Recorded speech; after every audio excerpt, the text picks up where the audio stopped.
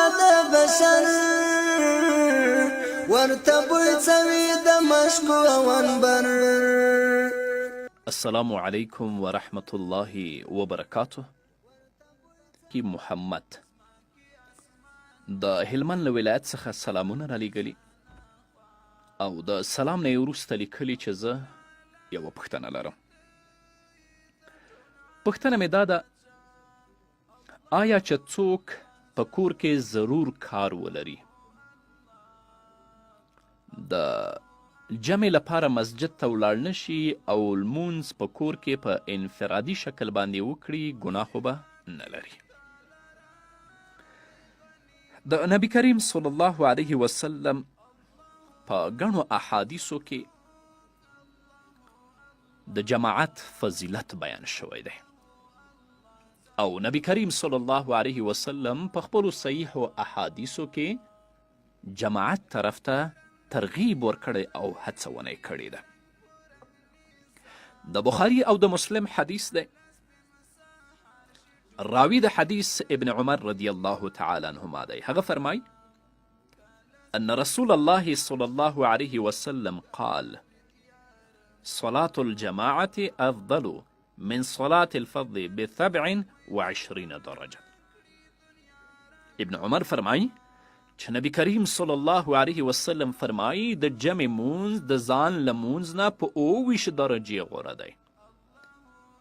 ته چې په کور کې لمونځ کوې دا یو لمونځ دی، خو که لاړ شي همدغه لمونځ په مسجد کې امام سره په جمع باندې ادا کړي، دا 27 لمونځونه دي.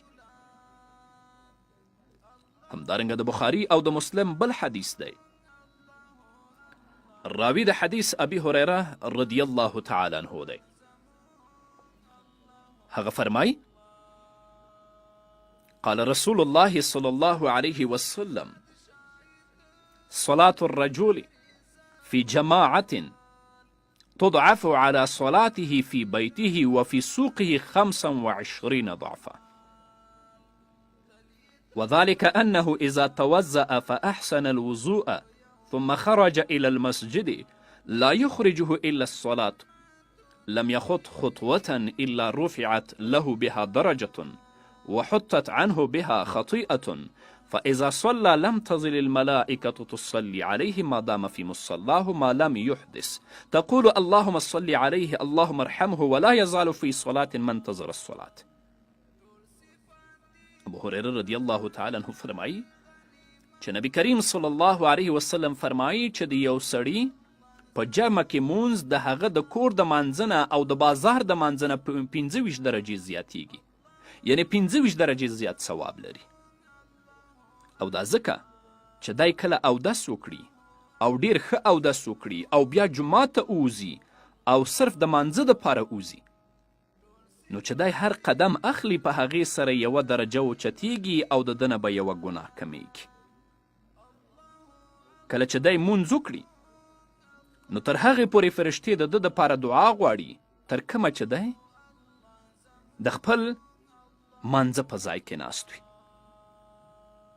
تر څو چې دی بې اودسه شوی نه وي. او فرشتې داسې دعا ورته غواړي چې الله په ده رحمت ولیږي، په ده رحم وکړي، دی وبخې، او تر کومه چې دی د جمع د مانځه په انتظار کې وي نو دی برابر په مانځه کې داخل دی. ولا یزال فی صلاة منتظر الصلاة.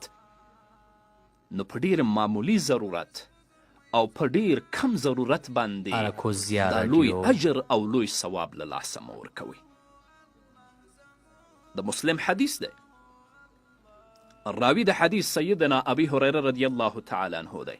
هغه فرمایي أتى النبي صلى الله عليه وسلم رجل أعمى فقال يا رسول الله صلى الله عليه وسلم ليس لي قائد يقودني إلى المسجد، فسأل رسول الله صلى الله عليه وسلم أن يرخص له فيصلي في بيتي، فرخص له، فلما ولى دعاه فقال له هل تسمع النداء بالصلاة؟ قال نعم، قال فأجب. ابو هريره فرمای چې نبی کریم صلی الله علیه وسلم ته یو ړوند سړی راغی چې دا ابن ام مکتوم رضی الله تعالی عنه دی، او ورته ویلي یا رسول الله زه کم قائد نه لرم، کم راوستونکی نه لرم چې ما جومات ته راولي، او سترګې خو مې لنډې دي، زه لار نه وینم. د ده هدف دا و چې د نبي کریم صلی الله علیه وسلم نه رخصت وغواړي چې ما ته رخصت راکړي چې زه به جمع مانځه ته نه راځم. نو نبي کریم صلی الله علیه وسلم ده ته رخصت ورک. کله چې دی واپس روان شو، نو نبی کریم صلی الله علیه وسلم بیا ورته آواز وکړه او ورته وی فرمایل چې آیا ته د مانځه دپاره د آذان آواز په کور کې اورې؟ کله چې په مانځه کې الله اکبر ویل کیږي یا حی علی الصلاة او حی علی الفلاح ویل کیږي، ته په کور کې اورې؟ هغه ورته ویلې هو یا رسول الله، زه په کور کې اورم. نو نبی کریم صلی الله علیه وسلم ورته وفرمایل فاجب، بیا هغه قبلوه او جمع لپاره جماعت ته راځه. او د ابو داود په یو روایت کې راځي چې ابن ام مکتوم نبی کریم صلی الله علیه وسلم ته وویلې یا رسول الله ان المدینة کثیرة الهوام والسباع، فقال رسول الله صلی الله علیه وسلم تسمع حي على الصلاة حي على الفلاح فحي هلا.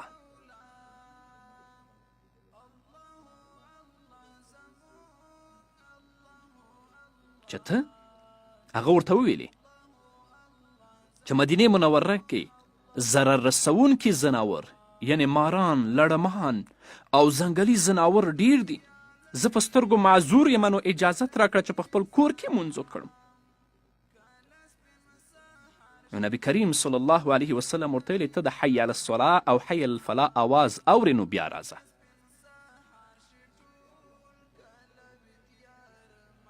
نبی کریم صلی الله علیه وسلم ورته فحی هلا. نو په لږ ضرورت سره دا لوی فضیلت او لوی اجر له لاسه مه ورکوئ. خو که داسې ضرورت وي چې شرعا بیا ته منظور شمیرل کیږي، بیا کولی شي چې په انفرادي شکل باندې خپل مونځ په خپل کور کې هم ادا کړي. او ځینې ورونه خو چې کله مسجد ته او جمع ته لمونځ نه کیږي، نو دا بانه ورسره یي چې ما نه په مسجد کې بوټونه غلا کړي دي، نو زه جمع لپاره نه ځمه مسجد ته. یو میاشت مخکې ما سره هم ډېر ښه بوټان و، د ماسپښین مانځه ته لاړم او ویې مې وړه مسجد کې مې کېښودل، د مسجد نه یې رانه وړي وه.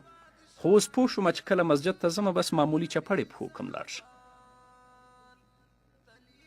د یو بوټونو په ورکېدلو سره به تاسې د جمع دا لوی اجر له لاسه نه ورکوئ.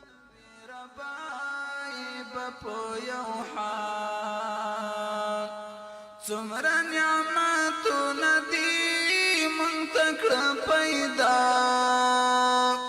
الله الله زمون الله الله الله الله زمون الله الله ټول صفات